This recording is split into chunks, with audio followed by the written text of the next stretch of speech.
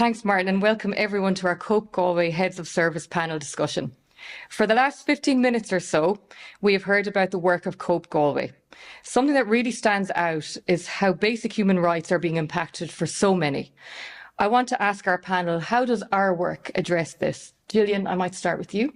Hi, Ailbhe. Yeah, thanks a million. I suppose our service, the domestic abuse service, that is why our service exists, is to try and make sure that women and children have a place of safety at home. Home is meant to be where you are safe. And that's where we try to concentrate. Most of our work is out into the community, where we have our outreach service that we deliver to meet women where it's safe to do so and help validate their experience, to walk with them on their journey. And to help them be able to identify natural resources so that they can stay safe in their own homes and hopefully feel that they can then speak to maybe family and friends about the situation that's going on. Therefore, if people need to end up coming to refuge, we really want it to be the last resort, because a person's safety and their home is the most important thing. Last year, over 1,000 women came and met with our outreach service out in the community, and it just shows how more courageous women are coming and knowing that something isn't right within their relationship and trying to change that and to try and get themselves back on the road that they would like to be on. So we really work closely with them, and our team goes out anywhere across Galway City and County. Unfortunately, then sometimes things escalate and people have to come into us in the refuge, and everybody's welcome to come into us. And we're always there. We're 24/7 service to kind of hold that space for women as long as they need it. When Gillian talks about refuge, what's very interesting is that the women and children who are in refuge are not counted in official homelessness figures. So last year, our homeless services worked with 1,278 people, including 330 children who were experiencing homelessness. And Gillian made a connection between safety and home, and that was very big for our clients also. Having a home is not only about having shelter, it's about having a stable base, a safe place to be, somewhere affordable, accessible. And without having that stable base, people cannot thrive in life. And we've been working as homeless services over the last number of years to try to extend and expand our community-based solutions.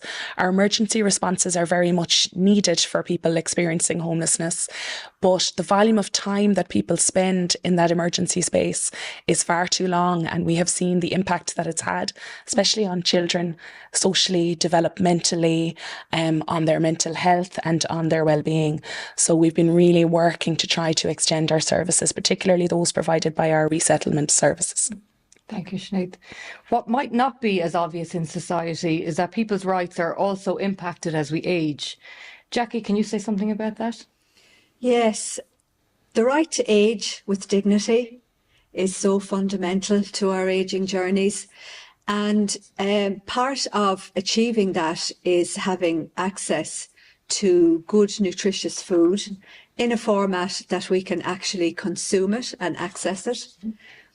And that's why our Meals for Health social enterprise has developed specifically to address that issue.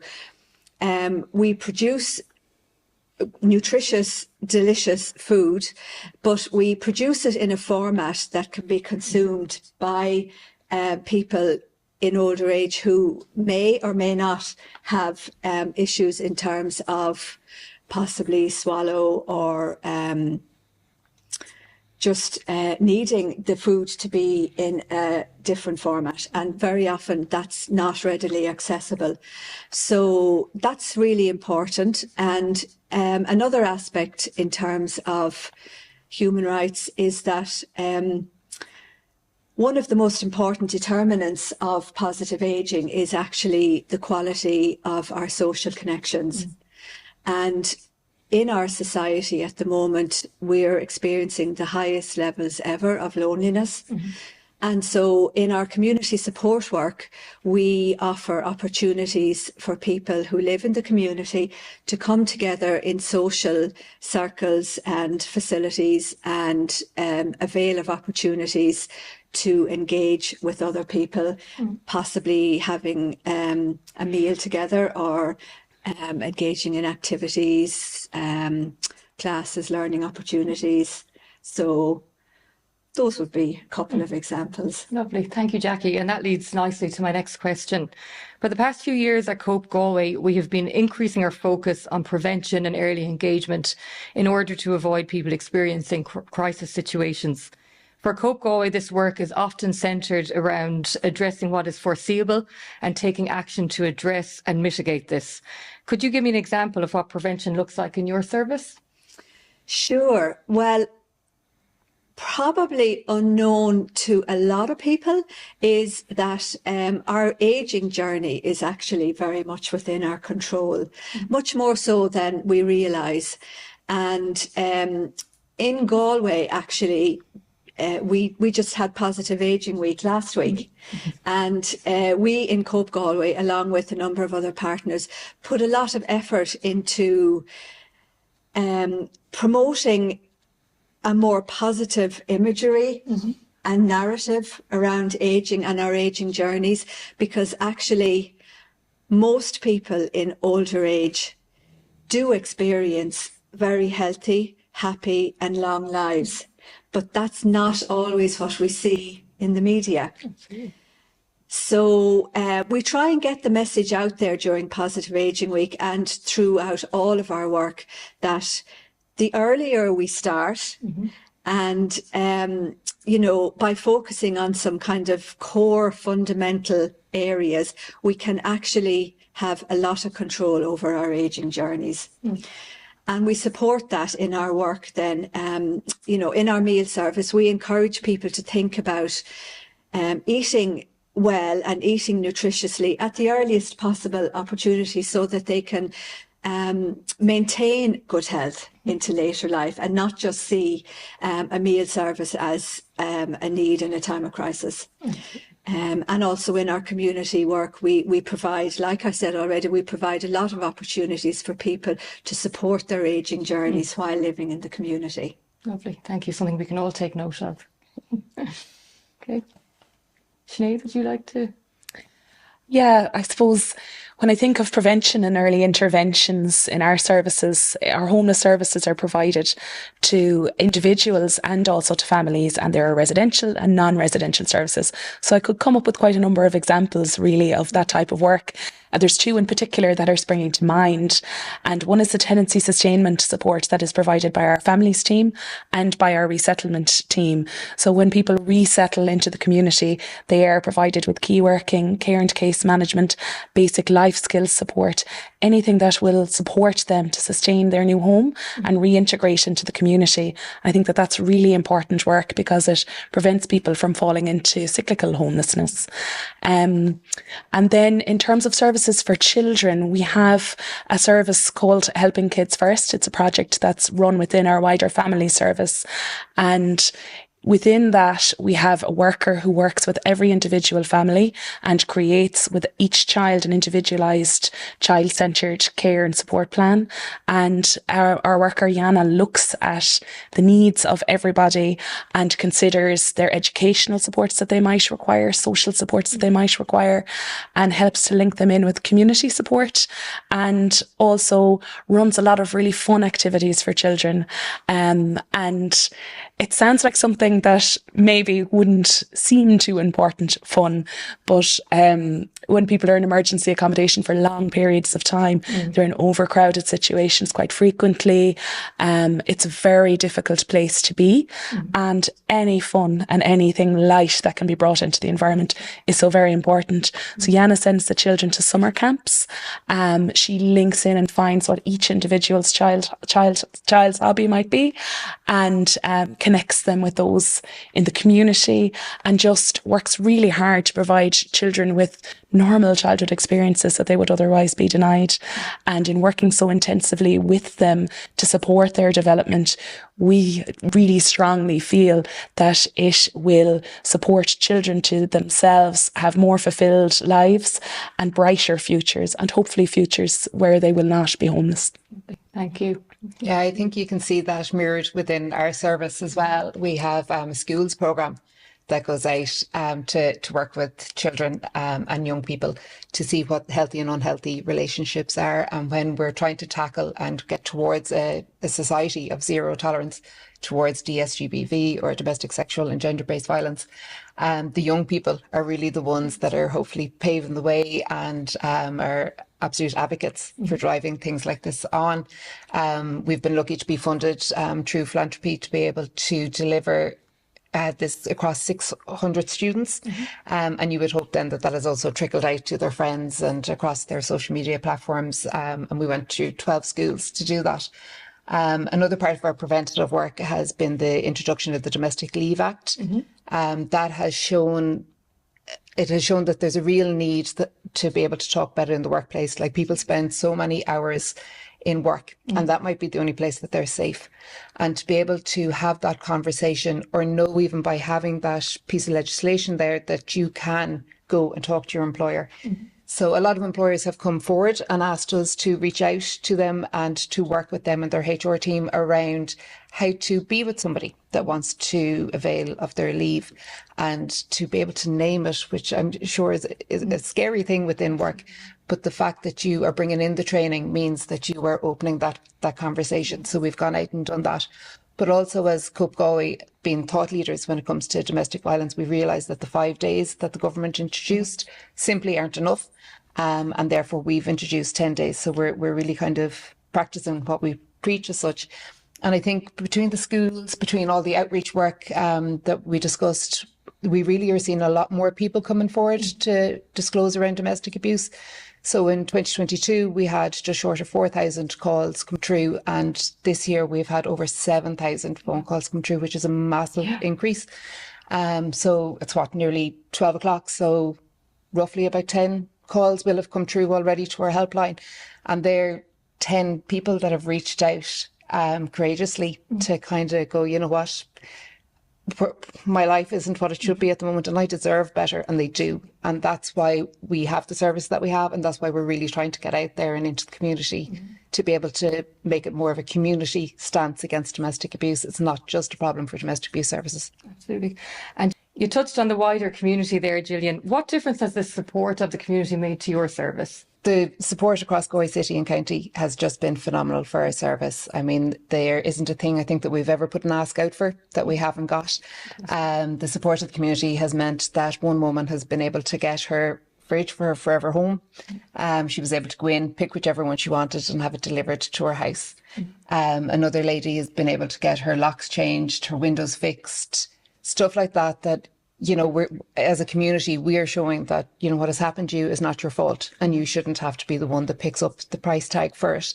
So that with the support of the community, we've been able to do that. The philanthropy support to be able to run the service is just, I mean, we're after running our pilot programme in the schools, and that has just proven to be absolutely phenomenal, and the feedback from the kids has just been brilliant. So we'd be lost without the community.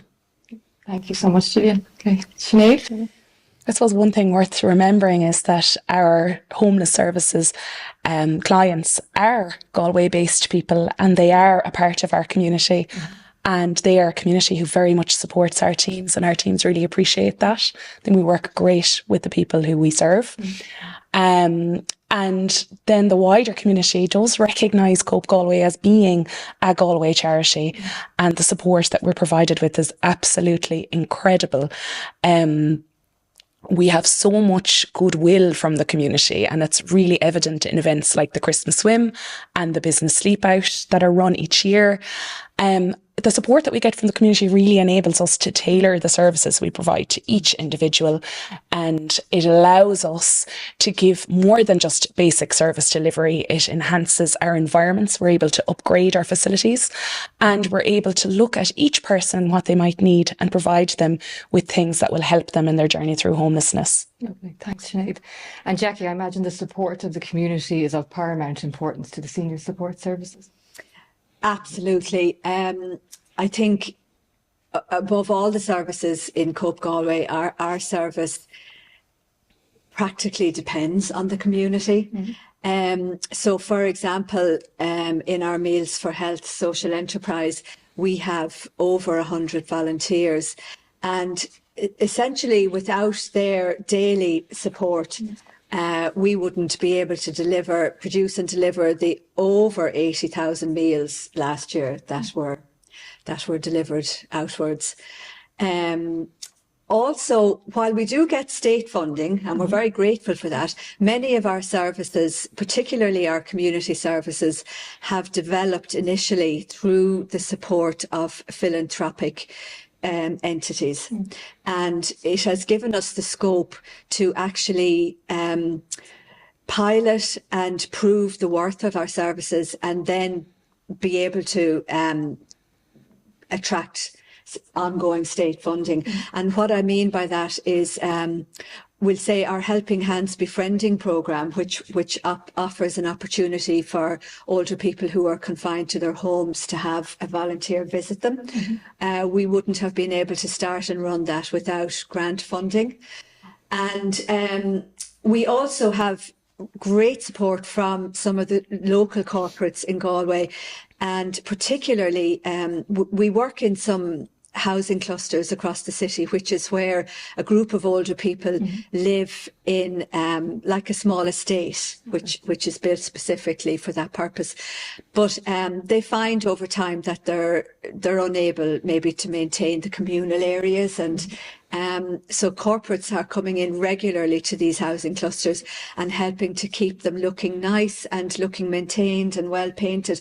And then that creates a lovely communal space for people who are able to, meet their neighbours and socialise more. So in so many ways, we couldn't function without the help of the community. Amazing and very hopeful and inspiring, which brings me on to my last question. Hope is one of Cope Galway's values, and the importance of having hope can never be overstated. What gives you the most hope for the future? Wow, big question, Ailbhe. Our society is ageing, and we are also living a lot longer. And my hope for the future is that we truly value the role and the wisdom and the contribution of our older generation, and that we are able to offer the supports that are needed if and when they're needed. And I can see that when we're in a position to do that through our work, I have seen evidence of the enormous difference that we can make in the lives of just one person at a time. So that's my hope. Fantastic. Thank you, Jacquie. I think that idea of that just one person at a time is also very true within the domestic abuse service. And my hope is definitely in the women and children that I see that reach out to us and come. They are just absolutely phenomenal, and they constantly inspire me and hold me to account to make sure that we deliver the service that is right and that they deserve. And with that in mind, then the staff team across the whole of the domestic abuse service, they constantly give me hope, because every day they work in an area that isn't for everybody, and they hold it with such compassion and kindness, and they are the first person maybe that woman or child has actually spoken to about it, and how they respond to that is life-changing for that person. So as long as there's people coming forward to say what's happening isn't right, and that there's people like the staff team there to meet them where it is, I have huge hope for what's going to happen in the future. Lovely. Thank you so much. Similarly to Gillian, Ailbhe, the people that I work with give me great hope, both the staff teams and our clients. The people who we work with who are experiencing homelessness show great resilience and have been through such difficult times in their lives. But one thing that gives me huge hope is that homelessness is a solvable problem through the provision of housing solutions. And we have the great privilege at times of seeing people move into their forever home. That's the most hopeful thing of all for me. Absolutely. Thank you so much. I think that it is fitting to end on a positive note, a note of hope for our clients and hope for society. Thank you all so much for sharing your thoughts with our audience today. I would now like to introduce a little video with highlights of the year just past.